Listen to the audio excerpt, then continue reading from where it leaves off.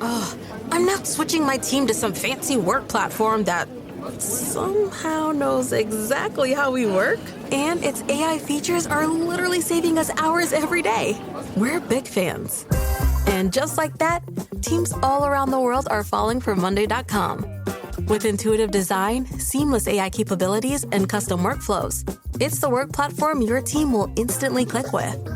Head to Monday.com, the first work platform you'll love to use. The timer goes off, you get up and start to leave. You don't wait for them or don't appear to wait for them. When I do this, I'm like, oh, timer goes, we gotta go. Let's get up all our stuff. Oh, wait. I'm like, I need to get to the car. Okay, I'm gonna leave right now. Welcome to the No Guilt Mom podcast. I am your host, Joanne Crown, here with the brilliant Bree Tucker. Why, hello, buddy. How are you? The allergy-filled Bree Tucker, which we were just having a rousing discussion of Flonase this morning. Yeah, I think it's about time to start double fisting the allergy meds for me. I still got to stick with the Claritin to help with the itchiness, but I need the Flonase to help with more of all that congestion gunk. And the runny nose. How does that work? All the congestion gunk. And why does it happen during the summer? We have stuff blooming now. I don't know. But like here in the summer, we know how crazy it gets in summer because it is that lack of structure, change in routine, things that just drive kids crazy. I mean, any teacher can attest. When your students lose routine, everything goes to chaos. And that's what happens to all moms every summer. It's funny. So I have two sisters, right? And we all have kids. My mom has watched all of our kids to some extent. And I asked her who was the roughest mom because she watched our kids when they were babies. It was me. And I'm like, why was I the hardest? Why was I the roughest? She's like, because you wanted everything done on a very specific schedule and routine. And if it got off, she's like, I felt like I was being interrogated about things. And she's right. There's a reason I don't move my cheese, Brie. I like my routines. I like things set in a certain way. And when summer comes along, I'm part of the chaos in my family because I go crazy about the fact that we don't have our routines. You notice that to make yourself feel safe, you have to create routine and structure around you. Yes. Josh and I were just having this conversation the other night about like how people feel safe because I was referencing a podcast episode that we were doing with, it was a guest who came on and I was saying, oh, I don't know these expectations of other people. Like I never like to be told what to do. Then I realized later on in the conversation, I'm like, wait a minute, I had like all these expectations on myself as a new mom that I had to breastfeed, that I had to do all these things. And he brought up the idea. He's like, it's how people feel safe in their environment. They put routines and restrictions around themselves because that is how safety was achieved for them. Yep. A lot of people with parents who are emotionally everywhere build routines like that and are very, very structured like that, because they're constantly trying to read if their parent is about to go into an emotional breakdown or not and how to prevent that. And I would actually stretch that out further to just the family you're living with, because maybe you have a sibling. Mm-hmm. Oh, yeah. So like, I feel like I had some parts of a chaotic upbringing when one of my siblings kind of decided to just buck the rules and do it all themselves. Mm-hmm. It definitely made my life a lot more chaotic as a younger sibling. And so I definitely can tell you that's one of the reasons I love my routines now. I like things being set because I don't like the unpredictability. But with that all being said, that's what summer brings you, the unpredictability. So how you are experiencing summer as a mom is very individual to you. There is no right way to do summer. There is no right way to run your house. There's just the way that you are happy with that also like works enough for the people around you that they could be relatively content as well. So let's get on with the show. You want mom life to be easier. That's our goal too. Our mission is to raise more self-sufficient and independent kids, and we're going to have fun doing it. We're going to help you delegate and step back. Each episode will tackle strategies for positive discipline, making our kids more responsible and making our lives better in the process. Welcome to the No Guilt Mom podcast.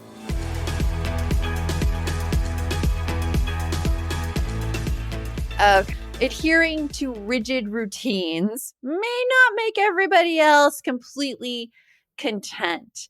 As an example of that, I have a ton, which we're going to get into, but we are going to give you a permission slip to prioritize a rhythm versus a rigid routine.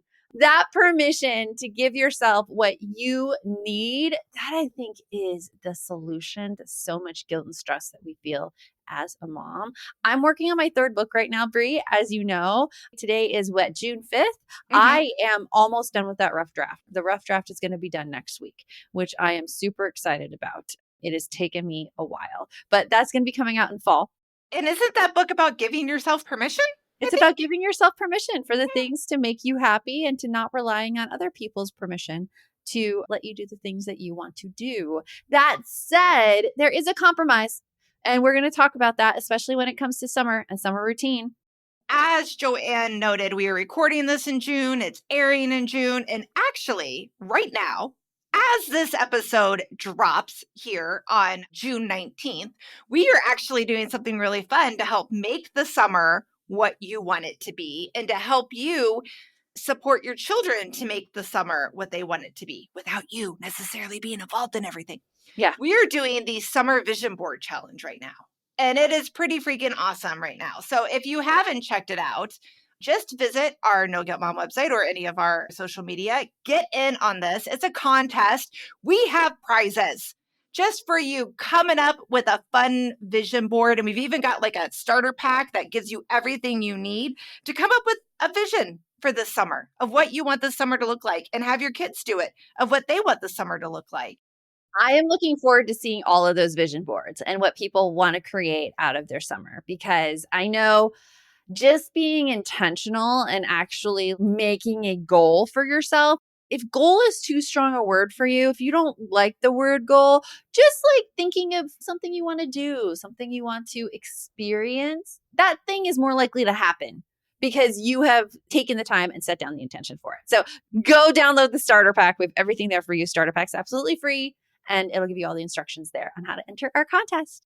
Yep. Link is in the show notes, people. Okay, so we've talked a little bit about this summer structure schedule and this need for routines. I could tell you that I have a family member who, when I talk to other family members, I can't give too much away. we have to walk a very, very fine line sometimes, guys. People we know listen. Yes. This particular family member, every time they go on vacation with their family, they create a very rigid schedule on times. Like, this time we're going here, this time we're going here, this time we're going here. So much so that these other people feel there is not a moment to breathe and that they are constantly on the move and doing something. That would be a rigid schedule. That is not what we're talking about for the summer. We do not want you to plan out your summer by the hour. We don't even want you to really like confirm or decide you're going to do certain things. We're talking about some rhythms you can put in your summer to give you back that sense of control and to give your kids a little sense of routine so that they won't go crazy on you. Yeah, and I can even attest, as someone who loves routines, that when you try to schedule out every minute, especially of the summer. So like in my past life, when my kids were younger, I worked for the school district for like a big chunk of that elementary school time frame for my kids. So I would work and I had the summer off with my kids. So it was a reset for all of us. I had the summer off, which was different for me. And my kids had the summer off, which was different for them. And when I would try to keep tight timelines, it just gave me more mental load, more work. It made me resentful at my kids and at life in general when it didn't follow my very well-structured plan.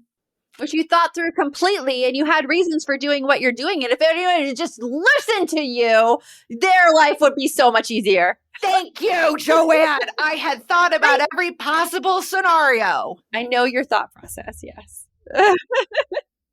I would get mad when my kids didn't follow it, when, like I said, when life happened. And then eventually I did learn a couple of summers in that I just needed to have a looser concept of things. And then it was like, so much better. So much better.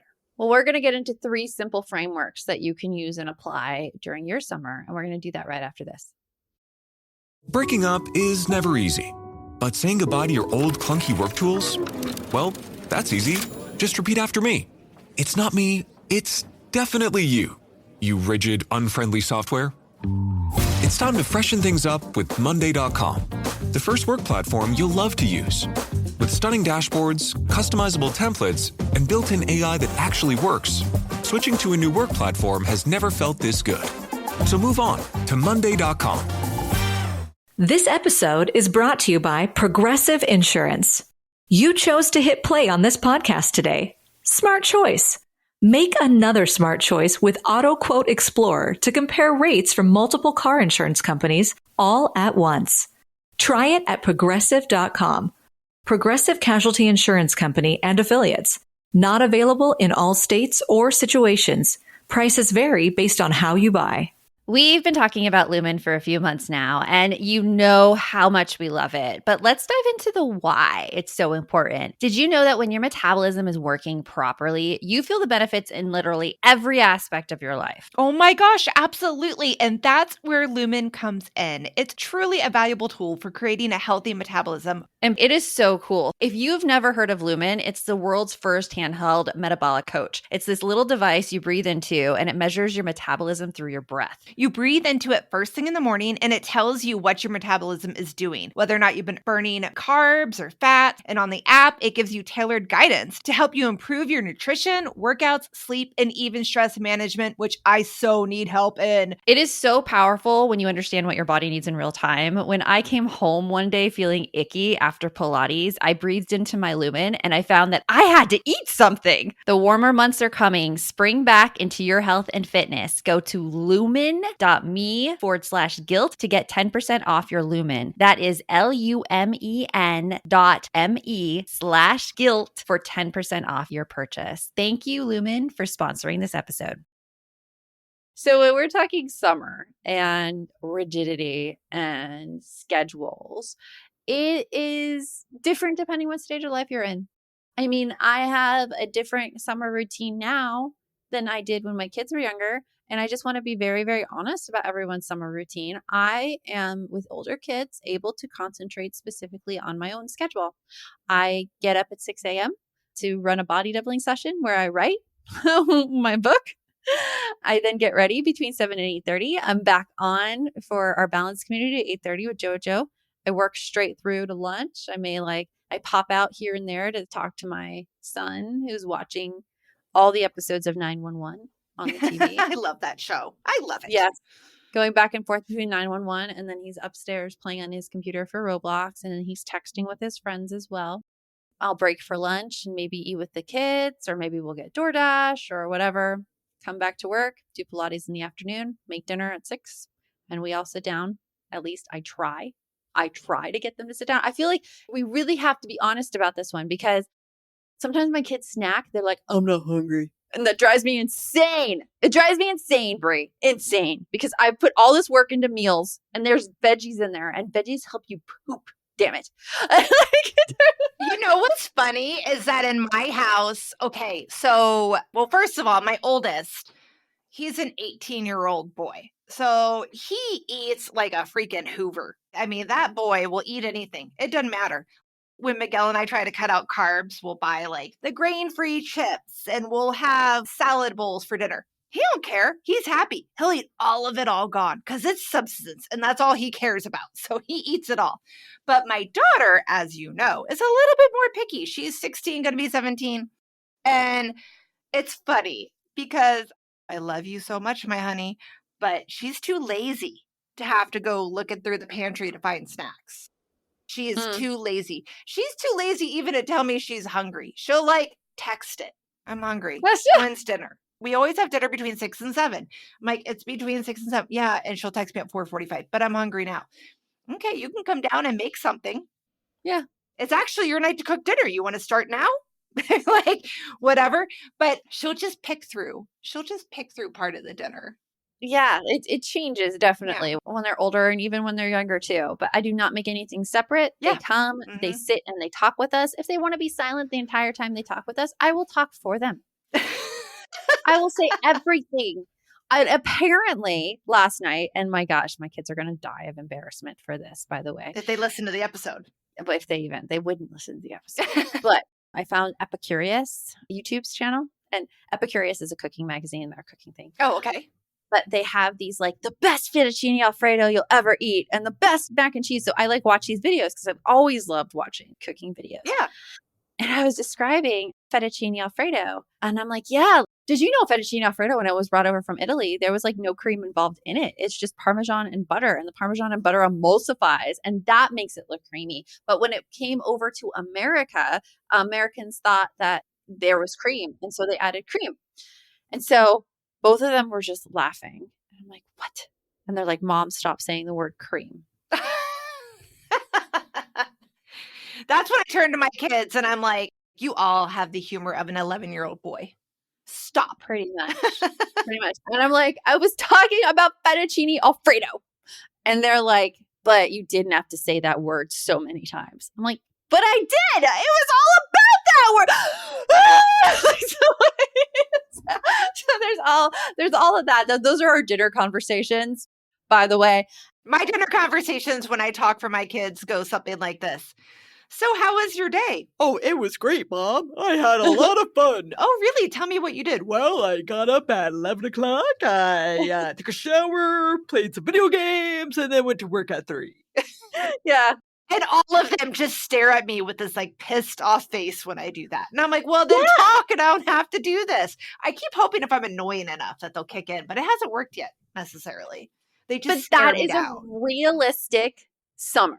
That's a realistic summer. And then after dinner, usually my daughter goes back to her room.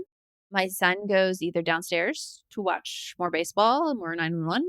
And then I'm here trying to fit myself in wherever I can because teenagers. That's what it looks like now. When it looked like when they were younger, my goal in life was from the hours of 8 a.m.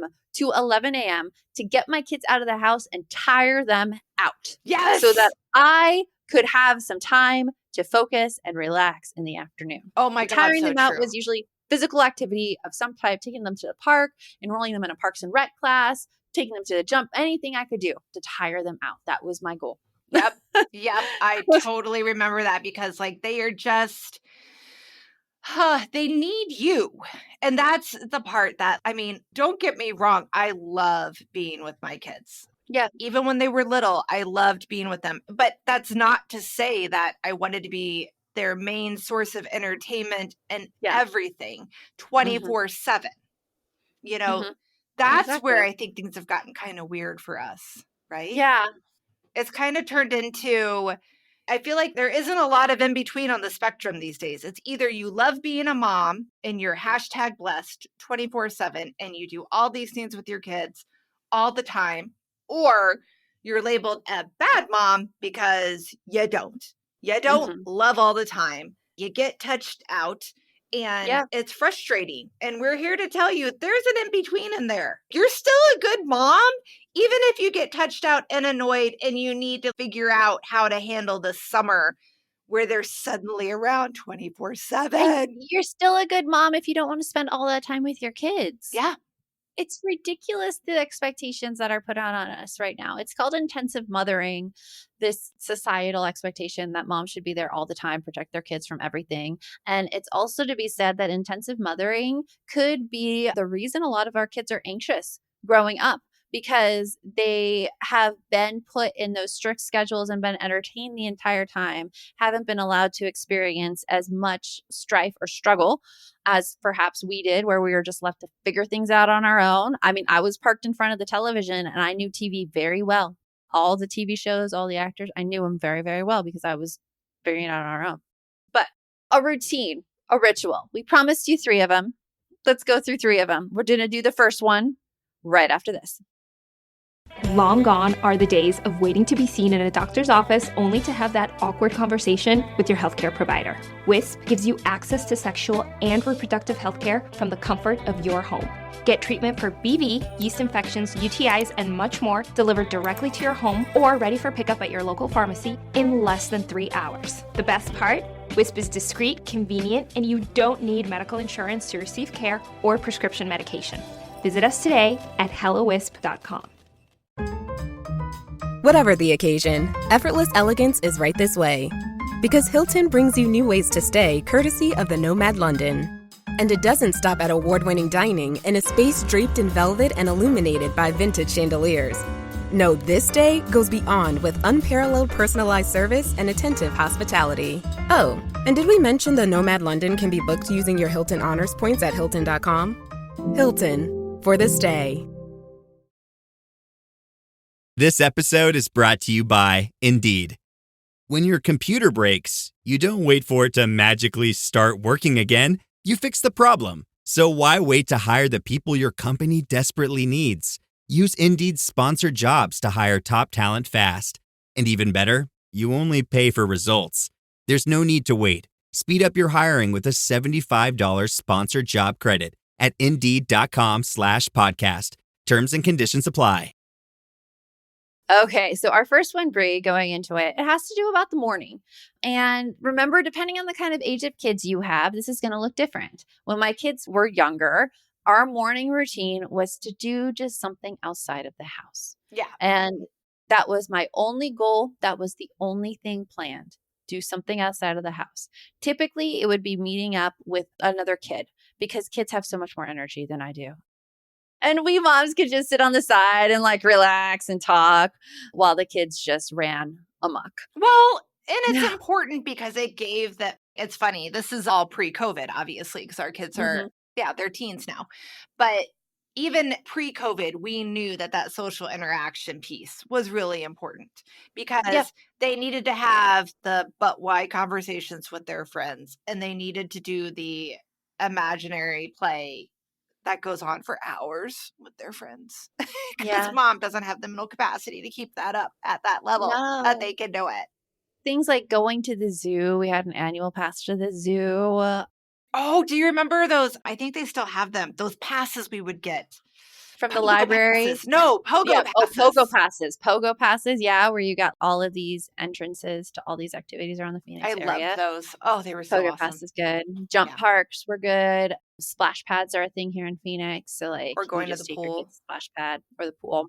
Signing up for summer swim lessons, roller skating, all in itself. Yeah.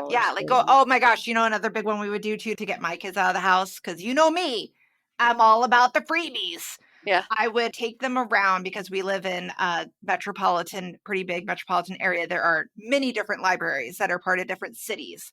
So I would sign my kids up for like the different reading programs at all the different libraries. Oh, wow. And we would just have days that we would just rotate. So it's like Monday is the City of Tempe Library. Wednesday is the City of Chandler Library. And Friday is the Maricopa County Regional Library. So we would go to each of them. They'd all have different fun things happening for the summer. We got different environments. They were getting motivated to read by somebody other than me. And they were getting prizes at all these different libraries. So that was a big thing. Yeah. Yeah. But obviously, this is a summer routine for parents who work from home or stay at home with their kids. Mm-hmm.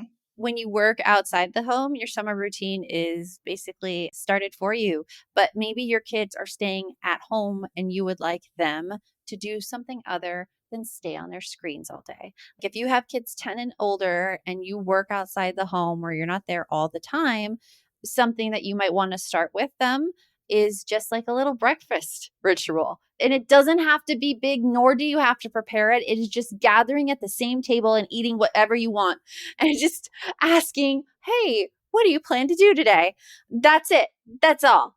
Just setting those expectations and intentions. A lot of what we do for our summer vision board contest, setting the intention helps create more in the future. Setting the intention for your day, using like the morning to do that helps kids focus on, okay, what is it that I do want to do today? Do I want to spend the entire day on my phone, or do I want to pursue this other thing that I've actually been interested in? Oh my gosh, remember those summers where our kids would just be all into science experiments and like crafts? Slime and crafts. Oh my gosh, All my the slime. kids could do hours of making slime or painting or like all that jazz.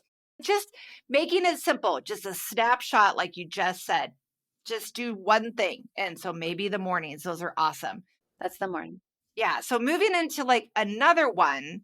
Like moving between activities. That's So what for I was going example, to say. Transitions. if your child has trouble, like say you do the fun morning thing and then you're like, okay, got to go back to work. And your kid's like, no. But mom, I need help with it. I can't think of anything right now. And it's really hard. Yeah. Or like not wanting to leave the playground or not wanting to turn off the screen time to do something else. Or not wanting to go to the activity next that you have planned. Yeah. They want to skip ahead to activity number 22.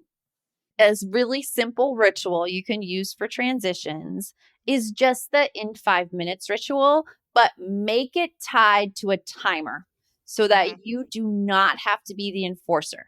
This was a trick I learned very early on in parenting, and I love it because when you're like, hey, we need to leave soon. And sometimes I add on an additional choice. I'm like, do you want to leave in 5 minutes or 10 minutes? Even though I'm fine with whatever, you know? I like that. It gives them a little bit of control. They get to be the one in charge. A little bit of control. And usually they always say 10 minutes, but sometimes they may not be digging it and say 5 minutes. And so I'm like, okay, cool. I'm going to set this timer for like 5 minutes. And when it goes off, it's time to go. And you might be thinking, oh, Joanne, I try that and they keep doing a tantrum and I try to reason with them and they don't do it. So here's what to do with that. Okay. The timer goes off, you get up and start to leave.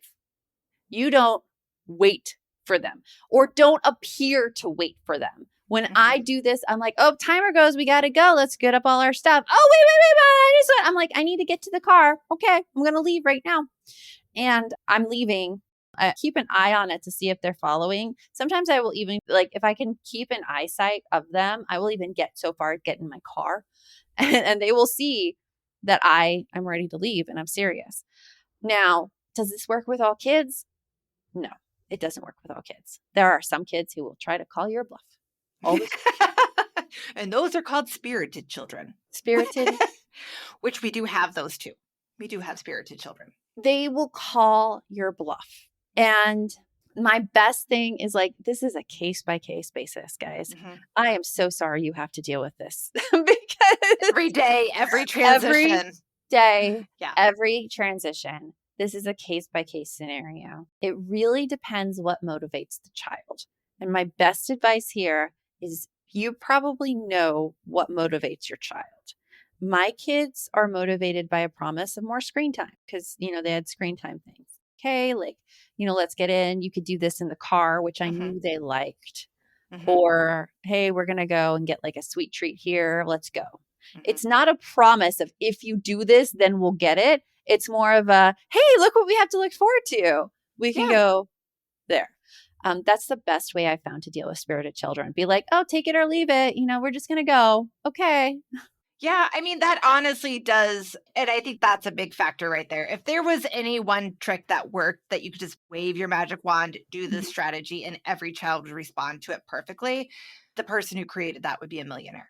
Yeah. Billionaire. Would be the richest person on the planet. We'll say that. It's not possible. Yeah, it's not. There is a case by case basis. So for the most part, that transition toolkit does work. And it is important to know what motivates your kids. Yes. Let's repeat that again. You need to know what motivates your kid. And you also need to hold your boundaries. That's another big one, because if you try the transition toolkit, like we just talked about, you're doing the 5 minute or 10 minute, you set the timer and you don't follow through with it. They learn that that's not a solid boundary for mom. It's hard to follow through too. And true. A tip to do it. When I had to follow through on making a change in my house, and it was with my daughter's bedtime, and I was like, no, I'm not getting out of bed if you want to go to bed after 9 p.m. She cried for a good hour and a half. It was very, very emotionally taxing. If my husband had not been there, I think I would have probably given in. I would have Yeah. definitely have given in. So as a tip, find another mom that you go to the playground with, that you do something with, and you guys use this together so that when your kid is having that tantrum and they're refusing to leave the environment, that other mom is right nearby you. And They're just a text away. you We're could be there. like, okay, this is really, really hard. We're just going to ride through this. Let's think about some other things right now. Let's ride through this. It's going to work. It's going to work. It's going to work. Again, case by case scenario. So if you're like, Joanne, you don't know my family, you have no idea what you're talking about, or I feel so much guilt because this hasn't worked. There is something else going on. Once you figure that out, oh my gosh, it's going to be magic for you. Thank you. That was the point I think that we want to make sure that you hear and you walk away with on this is that, and I feel like we're harping so hard on this, but it's because you need so to important. know. It's so important. It is so important that, first of all, you can change your mind. That is fine. That's not the same thing as not holding your boundary necessarily. Okay. So those are two different things. Let's acknowledge that. We're not going to talk about it. The other thing I wanted to point out is that when you've tried the transition tips and it didn't work, so you said, okay, never mind, we're not going to leave. You can't decide then that this transition trick doesn't work because you didn't follow through with it yet. So maybe it does work. It just is going to take a little bit longer for this kid than it did for that kid. Or there could be also something going on that you have no idea about. So, other issues. Case in point, one of our balance members came to a coaching session and her question was, how can I help my kids have more compassion? Okay. Because what had happened was that they were on a vacation. Her daughter needed to use the bathroom in their hotel room. Her son was like, why? Why do you need to use the bathroom? Why? And all of a sudden, her daughter just loses her complete temper on her brother, slams brother's finger in a door. Ow! Slams, yeah. Okay. And so she's like, how can I help her have more compassion for her brother?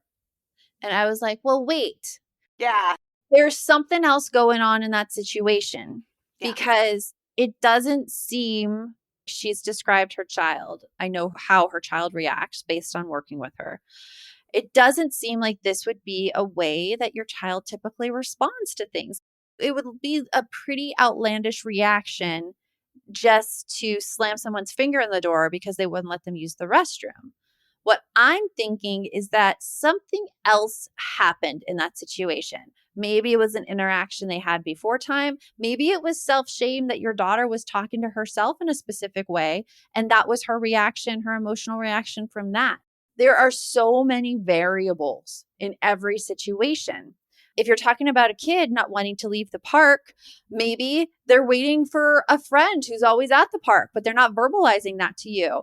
Maybe at home, they feel really uncomfortable, or maybe they just want to be outside and they don't want to go inside because being inside makes them feel like all cooped up. And that's the reason they don't want to leave.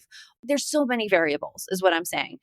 So to really, really figure this out and to see if like a transition time works, you have to know how to question and you have to know how to figure out what the actual issue is, because I promise you, your kids, they are reasonable humans. There is some logical thing happening. Yeah. Normally there is something going on there. And I'll just give out the simplest solution. It doesn't always fit, but it fits a lot of the time is halt.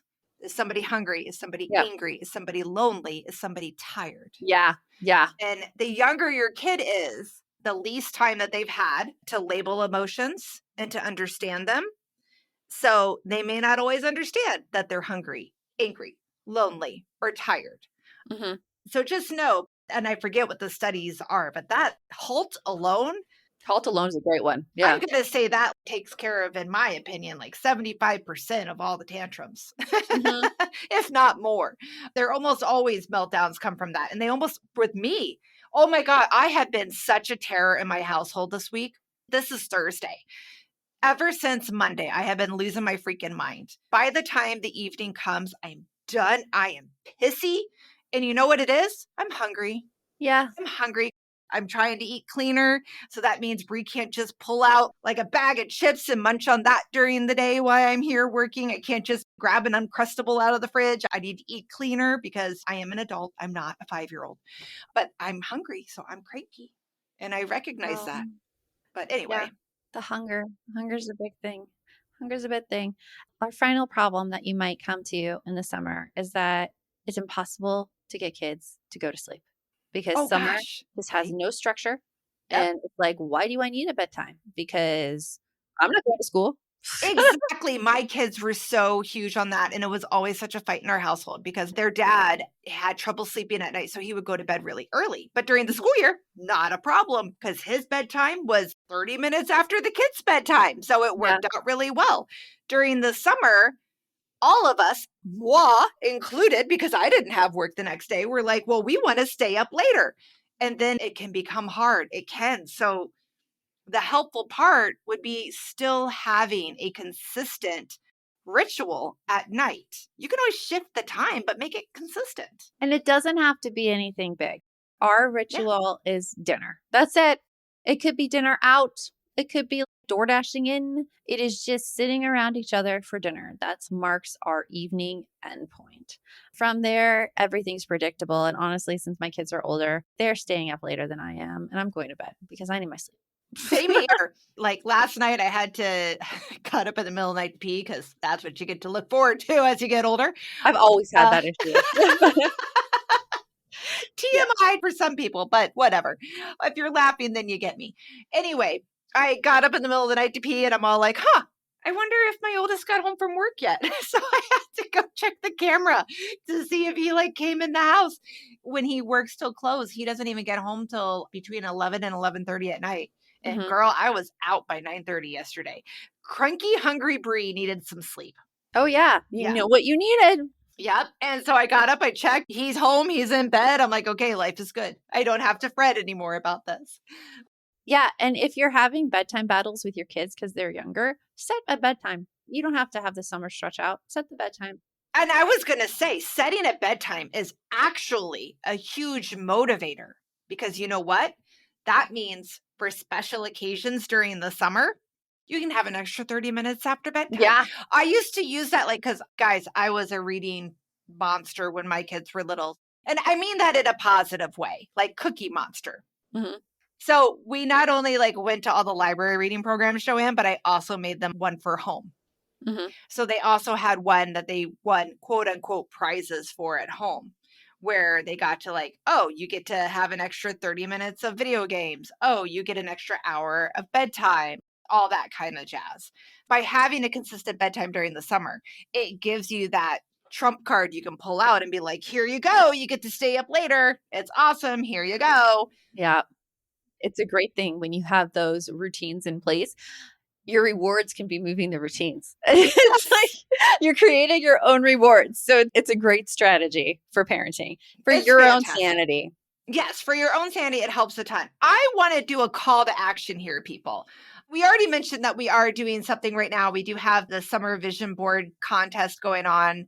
Lots of prizes going on with that. You can click the link in the show notes below. But I want to find out. I would love for you guys to leave us a review or write in as a comment if you're listening on Spotify or if you're listening on YouTube, and tell us, what are your summer reset hacks? What are some rituals that you have during the summer that are gold for you and that your family? save your sanity? We want to know. We want to share them. Yes. So remember, the best mom is a happy mom. Take care of you. We'll talk to you later. Thanks for stopping by. If you'd like to support the show further, you can share episodes with your loved ones, leave a positive review, or follow us on social media at No Guilt Mom. You could also show your love by visiting our amazing podcast sponsors. We have a link in the show notes.